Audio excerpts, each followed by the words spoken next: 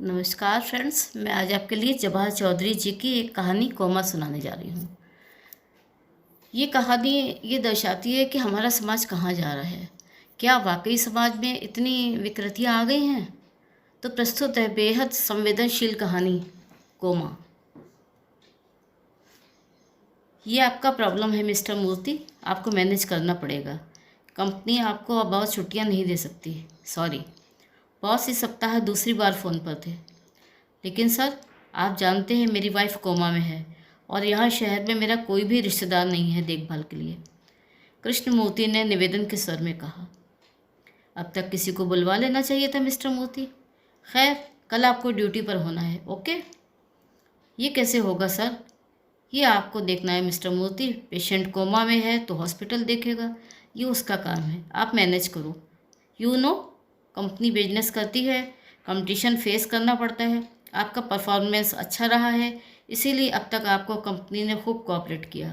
But limit is limit mister Murthy. Sir I know, मैं कुछ करता हूँ, मूर्ति ने समर्पण किया। That's good. कल आपको ड्यूटी पर होना है मिस्टर मूर्ति, ओके? बॉस ने एक बार फिर याद दिलाया। सब ठीक चल रहा था। उस दिन शादी की पहली सालगिरह थी। कृष्णमूर्ति और रूही ने होटल राजकमल में डिनर तय किया था, लेकिन रूही ने पहले मॉल में तफरी, शॉपिंग और फिल्म देखने का कार्यक्रम बनाया था। रूही कुदरती तौर पर बेहद सुंदर है, लेकिन आज सालगिरह का अवसर था, सो सजी संवरी भी थी। घर से निकलने से पहले कृष्णमूर्ति ने उसे बाहों में भर लिया। क्या ज़रूरत है कहीं जाने की, यहीं बिठाए रखो ना अपने पहलू में। अब चलो भी। रूही ने बात को अनसुना करते हुए तत्परता दिखाई। साल भर पहले इतनी सुंदर नहीं लगी थी जितनी आज लग रही हो, मूर्ति बोला। अच्छा ही हुआ, वरना तुम्हारे लिए कंपटीशन बढ़ जाती। वो खिलखिलाकर हंस पड़ी। काला टीका लगा लो, आज नज़र लगने के पूरे चांस हैं। तुम्हारी ही लगेगी और किसी की नहीं। चलो अब। दोनों मॉल में घूमते रहे। रूही भीड़ के लिए आकर्षण का केंद्र हो गई थी। लोग ठिठक कर उसे देखते और पहचानने की कोशिश करते कि कहीं ये कोई फिल्म या टीवी कलाकार तो नहीं। रूही अपनी विशेष स्थिति से अंदर ही अंदर वाकिफ और उत्तेजित थी, लेकिन कृष्णमूर्ति दिक्कत महसूस कर रहा था। लौटने का इरादा कर दोनों एस्केलेटर से उतर रहे थे। पता नहीं कहाँ चूक हुई, ध्यान नहीं दिया। अचानक रूही गिर पड़ी। कृष्णमूर्ति के होश उड़ गए। लोग मदद के लिए दौड़े। रूही को 2-4 जगह मामूली चोट दिख रही थी। वो सिर पकड़े थी, शायद उसे चक्कर आ रहा था। उसने कृष्णमूर्ति को पुकारा और देखकर आश्वस्त हुई। भीड़ के कारण कृष्णमूर्ति उसे जल्दी से खड़ा कर देना चाहता था, लेकिन वो बेहोश होकर निढाल हो गई। एम्बुलेंस से अस्पताल पहुंचते ही इलाज शुरू हुआ, लेकिन रात निकल गई। रूही होश में नहीं आई। कोशिश करते करते 2 दिन निकल गए। तीसरे दिन डॉक्टरों ने बताया कि सिर की चोट के कारण संभवतः पेशेंट कोमा में चला गया है। कृष्णमूर्ति ने घर के लोगों को समाचार दे दिया, लेकिन साथ ही यह भी कहा कि आने की कोई ज़रूरत नहीं है, कुछ दिनों में सब ठीक हो जाएगा। रूही और उसके परिवार में बूढ़े व बीमार माँ बाप के अलावा निकट का कोई नहीं है। खुद इन्हें सहायता की ज़रूरत पड़ती है। कृष्णमूर्ति को पता है कि इनमें से किसी के भी आने से रहने खाने आने जाने की दिक्कत और बढ़ जाएगी। वो अकेला किस किस को देखेगा, संभालेगा। उसकी तरह रूही भी इकलौती संतान है। इधर डॉक्टर कह रहे हैं कि एक बार होश में आ जाए बस सब ठीक हो जाएगा। बाकी शरीर में कहीं कोई समस्या नहीं है। देखने पे लगता है जैसे ज़रा आँख लग गई है उसकी, कोई किताब पढ़ते हुए। बॉस के दबाव में सकुचाते हुए कृष्णमूर्ति ने अस्पताल के प्रबंधक से बात की। वे बोले कोई दिक्कत नहीं है, आप बेफिक्र होकर ड्यूटी पर जाइए। पेशेंट की देखभाल जैसे अभी हो रही वैसी ही होती रहेगी। अगर रूही होश में आई तो डॉक्टर कहते हैं कभी भी होश में आ सकती है। ऐसी स्थिति में आपको तुरंत फ़ोन कर देंगे। यहाँ डॉक्टर हैं, नर्सें हैं, दूसरा स्टाफ भी है। इस समय आपके अलावा 5 पेशेंट और हैं जिनकी देखभाल अस्पताल कर रहा है। 5? सब कोमा में हैं? नहीं, 4 बूढ़े हैं जिनके बच्चे विदेश में हैं। वीकेंड पर नेट से संपर्क कर लेते हैं। और एक यंग लेडी भी है, उसके पैर में फ्रैक्चर है। सेम प्रॉब्लम, घर पर कोई नहीं है, इसलिए यहाँ एडमिट है। अब अस्पताल दूसरे घर की तरह होते हैं मिस्टर मूर्ति। कृष्णमूर्ति दूसरे दिन कंपनी में उपस्थिति दर्ज करवाता है। यहाँ एक बार सीट संभालने के बाद किसी को सिर उठाने का अवकाश नहीं मिलता। हॉल में सारे लोग व्यस्त हैं। कृष्णमूर्ति का प्रोजेक्ट तमाम उलझनों वाला लेकिन बहुत महत्वपूर्ण है। रोबोट की तरह चलते भागते हाय हेलो फेंकी जाती रही, लेकिन किसी ने भी कृष्णमूर्ति के नहीं आने का कारण नहीं पूछा। रूही के बारे में पूछने की तो किसी को उम्मीद ही नहीं थी। खुद वो यहाँ आकर ऐसा उलझा कि लंच टाइम में ही रूही की याद आई। अस्पताल में ड्यूटी नर्स से बात करने पर पता चला कि सब ठीक है, कोई नई बात नहीं। शाम को वो सीधे अस्पताल पहुंचा। देखा रूही वैसी ही लेटी हुई है, जैसे वो भी अपने दफ्तर से अभी अभी लौटी हो, आराम कर रही हो। कृष्णमूर्ति इस वक्त अपराध बोध महसूस कर रहा था। पहला दिन है जब बीमार रूही को छोड़कर वो दिन भर बाहर रहा। लेकिन अच्छी बात यह है कि अस्पताल की देखभाल वगैरह सब ठीक है। मूर्ति के ना होने से कोई कुताही हुई हो ऐसा तो नज़र नहीं आता। बॉटल लगी हुई है, बिस्तर साफ है, उसके कपड़े बदले हुए हैं, स्पंज आदि किया हुआ है, बाल ठीक है, शरीर पर पाउडर लगा है। वो आश्वस्त हुआ और अंदर तक राहत महसूस कर लिया। आज जो चिंताएं रहीं वो कल से उतनी नहीं रहेंगी। उसे रूही पर प्यार आया। उसका हाथ अपने हाथ में लेकर वो देर तक सहलाता रहा। मन ही मन रूही को अपनी मजबूरियां बताता, कभी अपने प्यार को जताता। बीच बीच में उसे लगा जैसे रूही उसके स्पर्श को महसूस कर रही है और उसकी बात रूही तक पहुंच रही है। उसे संभावना का स्वर बजते से सुनाई दिया।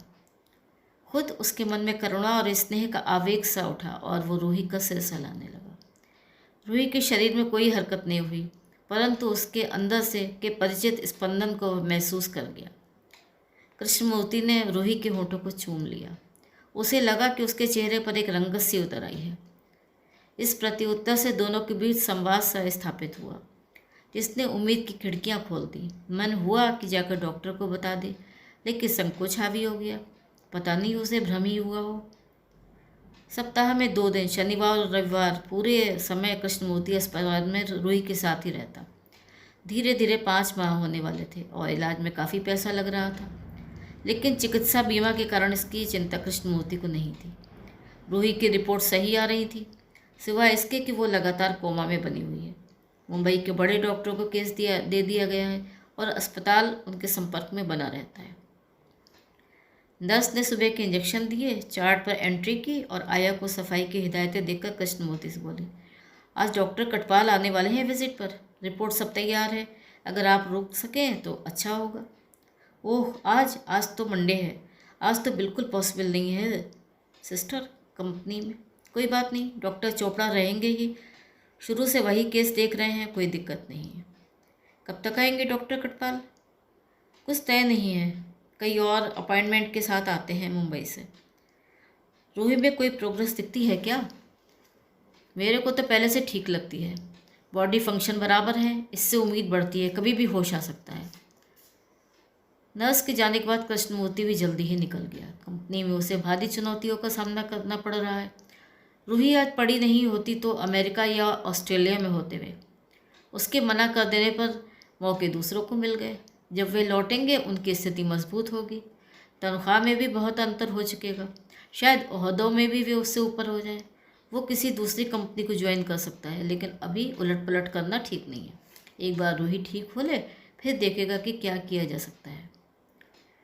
डॉक्टर कटपाल मुंबई के देश के बड़े एक न्यूरोलॉजिस्ट हैं। इस बार जब वे रूही की रिपोर्ट देख रहे थे तो चौंक पड़े। डॉक्टर चोपड़ा से बोले, डॉक्टर, लेडी इज़ प्रेग्नेंट, सी। उन्होंने रूही के पेट की ओर गौर किया और उस पेपर्स आगे किए। डॉक्टर चोपड़ा को जैसे बिजली का झटका लगा। वे इस तरह की बात सुनने के लिए तैयार नहीं थे। पेशेंट उनके चार्ज में है, जिम्मेदारी बनती है उनकी। डॉक्टर चोपड़ा के चेहरे पर हवाइयाँ उड़ने लगी, जैसे उन्हें किसी ने रंगे हाथ पकड़ लिया हो। How is it possible? Katpal ने चोपड़ा के चेहरे को आंकते हुए पूछा। सर, पेशेंट तो एक बार भी होश में नहीं आया, but she is pregnant for about 3 months। Yes sir. And she admitted here since last 5 months? Yes, sir. Then, what can I say, sir? How do you know, sir? Then you will know, Dr. Chopra. Nurse? Chopra ने nurse की ओर प्रश्न फेंका। No sir, मुझे कुछ नहीं मालूम, nurse ने घबराते हुए कहा। Come to the director's chamber, we must acknowledge him first. Doctor Katpal सारे पेपर्स के साथ बाहर निकल गए। डायरेक्टर ने सुना तो उसके हाथ से मानो तोते उड़ गए। ये तो साफ तौर पर रेप है। अगर बात बाहर गई तो अस्पताल की भारी बदनामी होगी। मीडिया रेप को भुनाने में कसर नहीं रखता है। उसका सामना करना मुश्किल हो जाएगा। मामला अगर कोर्ट में चला गया तब जाने क्या होगा। अस्पताल की साख मिट्टी में मिलते देर नहीं लगेगी। कोई मामूली आदमी होता तो बात रफा दफा हो सकती थी, लेकिन मोती मल्टीनेशनल कंपनी का सीनियर इंजीनियर है। उसके कान पर बात पड़ी तो तूफान उठ सकता है। पुलिस, प्रेस, कचहरी क्या उसके बूते से बाहर नहीं है। डॉक्टर कटवाल की फ्लाइट थी, सो उन्होंने इजाज़त ली। डायरेक्टर ने उन्हें आश्वस्त किया कि वो समय रहते पूरी कोशिश करेंगे कि सब कुछ ठीक हो जाए। डायरेक्टर के सामने साफ था, रेप हुआ है और करने वाला यहीं का है। किसी ने कोमा में होने का फ़ायदा उठाया है। वे क्रोध में तमतमा रहे थे। चिंता और डर अलग से हावी हो रहा था। 45 पार हो रहे डॉक्टर चोपड़ा के पसीने छूटने लगे, लेकिन दृढ़तापूर्वक अपने को संभाले रहे। एक आदमी अस्पताल के भरोसे और विश्वास पर अपनी पत्नी को यहाँ छोड़कर गया है और वहाँ उसकी बेहतरी की उम्मीद लेकर आया था, बर्बादी की नहीं। मिस्टर चोपड़ा, क्या जवाब देंगे हम उसे? आखिर कौन जिम्मेदार है इस रेप का? रेप? जी हाँ, रेप। सिस्टर रोजी, पेशेंट के रूम में कौन कौन जाता था? मेल सर, डॉक्टर चोपड़ा और? बस, और कोई नहीं। हाँ, स्वीपर जाता है टॉयलेट साफ करने। मोती? मोती, बुलाओ उसे। उसे मत बुलाइए सर, बात तुरंत फैल जाएगी। डॉक्टर चोपड़ा ने रोक दिया। पता तो करना ही पड़ेगा कि करतूत किसकी है। उसी ने किया हो सकता है सर, पर रुककर सोच ले पहले। अब एक ही रास्ता है। क्या? प्रेगनेंसी टर्मिनेट कर देते हैं। ये रिस्की होगा, वो कोमा में है, उसकी जान जा सकती है। और ये कैसे पॉसिबल है? क्या कहेंगे हम उसके हस्बैंड को? इसके अलावा और कोई रास्ता नहीं है सर हमारे पास। क्या मतलब है आपका? एक क्राइम को छुपाने के लिए दूसरा करें, और वो भी पहले से बड़ा। उसके हस्बैंड वीकेंड में आते हैं सर, तब तक तो रिकवर हो जाएगी। ऐसा नहीं है, बिना उसकी कंसेंट के हम पेशेंट को ओटी में नहीं ले जा सकते। मैं इसकी इजाज़त कतई नहीं दूंगा। और मैं देख रहा हूँ आपका दिमाग बहुत तेज़ चल रहा है डॉक्टर चोपड़ा। अगर आप मुझ पर शक कर रहे हैं तो ये ठीक नहीं है सर। लेकिन करतूत किसकी है ये तो पता लगाना ही होगा। ज़रूरत पड़ी तो अस्पताल मेडिकल टेस्ट भी करवा सकता है। आखिर मैनेजमेंट को उस घिनौने आदमी की जानकारी होना ज़रूरी है। डायरेक्टर ने चोपड़ा को दबाव में लिया। देखिए सर, गलती किसी से भी हुई हो, अभी हमें बहुत सोच विचार कर आगे बढ़ना होगा। टाइम है हमारे पास। ऐसा नहीं है कि आज शाम को ही सब कुछ करना है। कल पूरा एक दिन सोच सकते हैं। खुद मूर्ति शनिवार से पहले नहीं आने वाले हैं। चोपड़ा ने समझाइश दी। लेकिन उसका फ़ोन तो आता ही होगा। मेरे पास कम, अक्सर रोज़ी सिस्टर के पास ही आता है। रोज़ी, अभी किसी को कुछ पता नहीं पड़ना चाहिए, डायरेक्टर ने हिदायत दी। जी सर। और उस मोती पे नज़र रखो, बल्कि उसकी ड्यूटी तुरंत बदलो। चोपड़ा बात को अपने तरीके से पूरा कर रहा था। कमरे में सन्नाटा पसर गया। चिंता और तनाव के बावजूद चोपड़ा के मन में समीकरण बन बिगड़ रहे थे। उसके दिमाग में चल रहा था कि मोती को अगर फंसा दिया जाए तो रास्ता बन सकता है। डायरेक्टर को ये डर कि पेशेंट का बढ़ रहा पेट अब दिखने लगा है। अगर मोती के नोटिस में खुद ही आ गया तो जवाब देना मुश्किल हो जाएगा। प्रेगनेंसी के हिसाब से अभी तक पेशेंट की केयर नहीं हुई है, कुछ भी हो सकता है, और इसकी भी जवाबदेही अस्पताल पर रहेगी। पेशेंट जिस स्थिति में है उससे कोई रास्ता निकलता नजर नहीं आ रहा है। और इधर चोपड़ा ने मोती को अस्पताल की सूनी जगह पर बुलाया और अपने तरीके से उसे कसा। क्यों रे, तेरे को शर्म नहीं आती? ये क्या किया तूने? साले मर जाएगा अब तो। पुलिस अंदर तक देगी तेरे को, समझा? पहले तो मोती नहीं माना। जी भर के उसने बहस की, लेकिन शायद ज़्यादा देर तक टिक नहीं सका। साफ गलती हो गई, मैंने बस एक बार। मोती जल्दी ही टूट गया। झूठ मत बोल, ये तेरा एक बार का काम नहीं है साले। मेडिकल जांच होगी तो पता पड़ जाएगा सब। सही सही बता। चोपड़ा को सफलता मिली। दो दो बस, 2-3 बार बस। मरा अब तो तू। साहब बचा लो साहब, मैंने आपको सच बता दिया है। ये बात और किसको पता है? किसी ने देखा वेखा तो नहीं था? बड़ी सिस्टर को पता है, उसने देख लिया था एक बार। बड़ी नर्स रोसी? फिर उसने कुछ बोला क्यों नहीं? बोला था, बहुत गुस्सा हुई, पर क्या हो? उसको चाकू दिखाया तो डर गई। उसके बाद कुछ नहीं किया साहब। तू भाग जा, फरार हो जा, नहीं तो सारी ज़िंदगी के लिए जेल में सड़ जाएगा। ऐसे कैसे सड़ जाऊंगा साहब? मेरा नाम आया तो मर्डर कर दूंगा मैं। मोती ने अचानक रंग बदला। चोपड़ा को लगा था कि रास्ता मिल गया, पर यह अनपढ़ मूर्ख खुद एक बड़ा जोखिम है।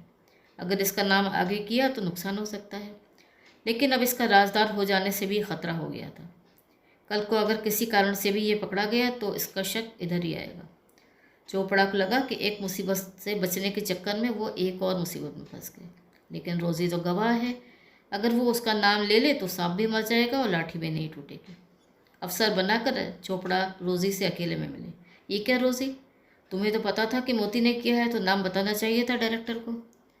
मेरे को कुछ नहीं पता। तुमने मोती को देखा तो था, बोलो। उससे क्या होता है डॉक्टर? होता कैसे नहीं है, तुम आई विटनेस हो। सॉरी डॉक्टर, पर मैंने देखा तो आपको भी है, रोज़ी ने आखिर बोल ही दिया। चोपड़ा इसके लिए बिल्कुल तैयार नहीं थे। उन्हें लज्जित होकर ज़मीन में गड़ जाना चाहिए था, किंतु अब उनका डर तिगुना हो गया था।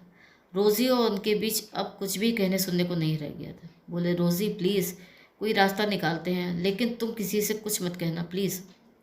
तुम्हारा नाम कहीं पर भी नहीं आएगा। बात करके बाहर निकले तो मोती सामने पड़ गया। तीनों शेष दो के सामने मुजरिम और राजदार थे, इसलिए वर्गभेद मिट गया था और ज़रूरी हो गया था कि तीनों एक दूसरे को बचाएं। चोपड़ा ने ही आगे बढ़कर मोती के कंधे पर हाथ रखा और थपथपाकर सहयोग का मौन संदेश दिया। दूसरे दिन चोपड़ा ने फिर प्रेगनेंसी टर्मिनेट करने के लिए प्रस्ताव किया, किंतु डायरेक्टर ने साफ मना कर दिया। लगातार कुर्सी पर खामोश बैठे उन्हें घंटा भर हो गया। रूही की फाइल सामने पड़ी थी, उसमें देखकर कृष्णमूर्ति का नंबर मिलाया और फौरन अस्पताल आने के लिए कहा। ये क्या कर रहे हैं सर, उनको बताएंगे क्या? चोपड़ा ने दबी आवाज़ में कहा। अस्पताल की साख बचाने के लिए हमें उनसे बात करनी ही पड़ेगी। चांस लेंगे, हो सकता है अपनी इज्जत का ख्याल करके वे अबॉर्शन के लिए तैयार हो जाए। देश में सैकड़ों रेप रोज़ होते हैं, लेकिन रिपोर्ट 5-10 की ही होती है, क्यों? सोच लीजिए, पढ़ा लिखा आदमी इसके लिए तैयार नहीं होगा सर, वो केस कर सकता है। हम पूरी कोशिश करेंगे कि शुरुआती गुस्से के बाद वो अपनी इज्जत का ध्यान रखे और अबॉर्शन के लिए तैयार हो जाए। 1 घंटे बाद कृष्णमूर्ति डायरेक्टर के सामने बैठा ठंडा पी रहा था। डॉक्टर कटपाल की रिपोर्ट पर चर्चा चल रही थी। कुछ संभावनाएं, कुछ हिदायतों की बात बताकर डायरेक्टर ने अपने को मूल मुद्दे के लिए तैयार किया। देखिए मिस्टर मूर्ति, डॉक्टर कटपाल की जांच के बाद एक बात और सामने आई है। लेकिन क्या बात है, बताइए प्लीज़। रूही तो ठीक है? मूर्ति को चिंता हुई। मिस्टर मूर्ति, मुझे समझ नहीं आ रहा है कि ये कैसे हुआ। क्या हुआ, कहिए please. Mister Murthy, your wife is pregnant, कहकर वे प्रतिक्रिया के लिए रुक गए।